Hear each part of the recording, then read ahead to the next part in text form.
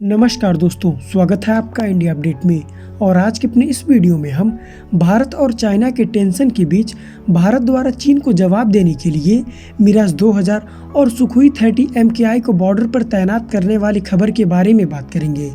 दरअसल दोस्तों, अभी कुछ मीडिया रिपोर्ट के अनुसार ये पता चला है कि भारत ने चीन को जवाब देने के लिए अपने मिराज 2000 और सुखोई 30 MKI के साथ साथ टैंकर को भी बॉर्डर पर तैनात कर दिया है।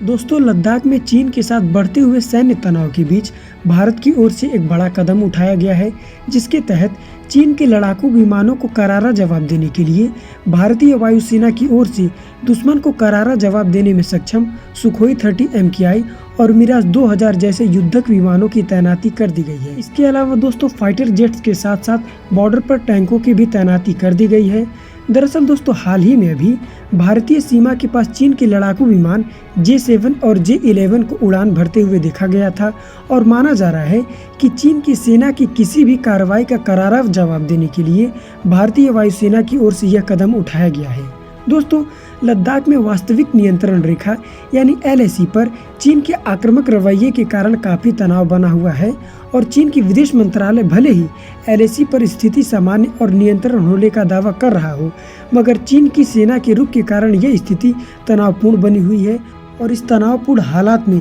गलवान घाटी से लेकर सागरपुर इलाके तक थल सेना की ओर से भी आवश्यक युद्धक सामान भेजे जा रहे हैं। इसके अलावा दोस्तों, इसके साथ ही अधिकारियों और जवानों की भी संख्या बॉर्डर पर बढ़ा दी गई है और भारत की तैयारियों को इसी से समझा जा सकता है कि पिछले कुछ दिनों के दौरान प्रतिदिन 80 से 90 ट्रक लद्दाख के अग्रिम इलाके की ओर भेजे जा रहे हैं। इसके अलावा तोपखाना और टैंकों को भी पूर्वी लद्दाख की सीमा पर भेजा गया है। वहीं दोस्तों, कश्मीर घाटी के अधिकांश ट्रकों को भी लद्दाख की ओर भेज दिया गया है। दोस्तों, यहाँ हम आपको बता दें कि पूर्वी लद्दाख में बढ़ते हुए तनाव के बीच सेना की उत्तरी कमान के GOC in chief lieutenant general वाकई जोशी भी लेह पहुंच गए हैं। इसके अलावा सेना के कई अन्य वरिष्ठ अफसर भी इस इलाके में तैनात कर दिए गए हैं ताकि जरूरत पड़ने पर रणनीति बनाकर चीन की सेना को करारा जवाब दिया जा सके। दोस्तों, लद्दाख के अग्रिम मोर्चे पर तैनाती से पहले जवानों को पहले कुछ दिनों तक लेह व अन्य जगहों पर रखा गया है ताकि वे परिस्थिति के अनुरूप खुद को यहाँ पर ढाल सके।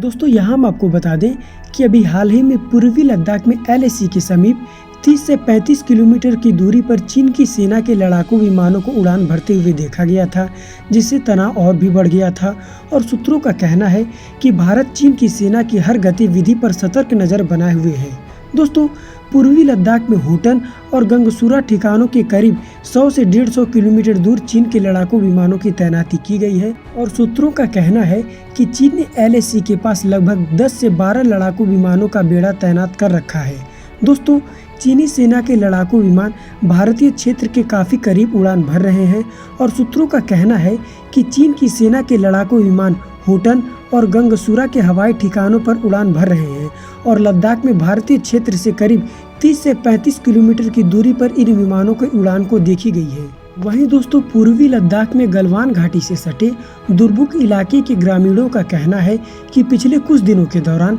भारतीय सेना की गतिविधियां काफी तेजी से बढ़ी हैं और ग्रामीणों का कहना है कि उन्होंने इस इलाके में 1962 के बाद पहली बार ऐसी सैन्य गतिविधियों को देखा है और उनका कहना है कि सैन्य सामानों से भरे 80 से 90 ट्रक रोजाना अग्रिम इलाके की ओर भेजे जा रहे हैं। वहीं दोस्तों, भारतीय सेना की ओर से तैनात किए गए सुखोई और मिराज विमान अपनी ही वायुसेना के भीतर अपनी उड़ान को भर रहे हैं। इसके अलावा दोस्तों, अगर आप ये जानना चाहते हैं कि अगर भारत और चीन के बीच युद्ध हो जाता है तो इस बीच रशिया किसका साथ देगा, तो इस पर हमने पहले से वीडियो को बना रखा है, जिसका लिंक आपको वीडियो के कमेंट बॉक्स में मिल जाएगा। दोस्तों, यहाँ हम आपको बता दें कि रक्षा मंत्री राजनाथ सिंह ने कल यानी मंगलवार को जी न्यूज पर इस बात को माना था कि पूर्वी लद्दाख में भारी तादाद में चीन के सैनिकों की तैनाती कर दी गई है और उन्होंने ये भी कहा था कि भारत किसी भी हालात से निपटने के लिए पूरी तरह से तैयार है और इसके लिए तमाम जरूरी कदम भी उठाए जा चुके हैं। इसके अलावा दोस्तों, उन्होंने ये भी कहा था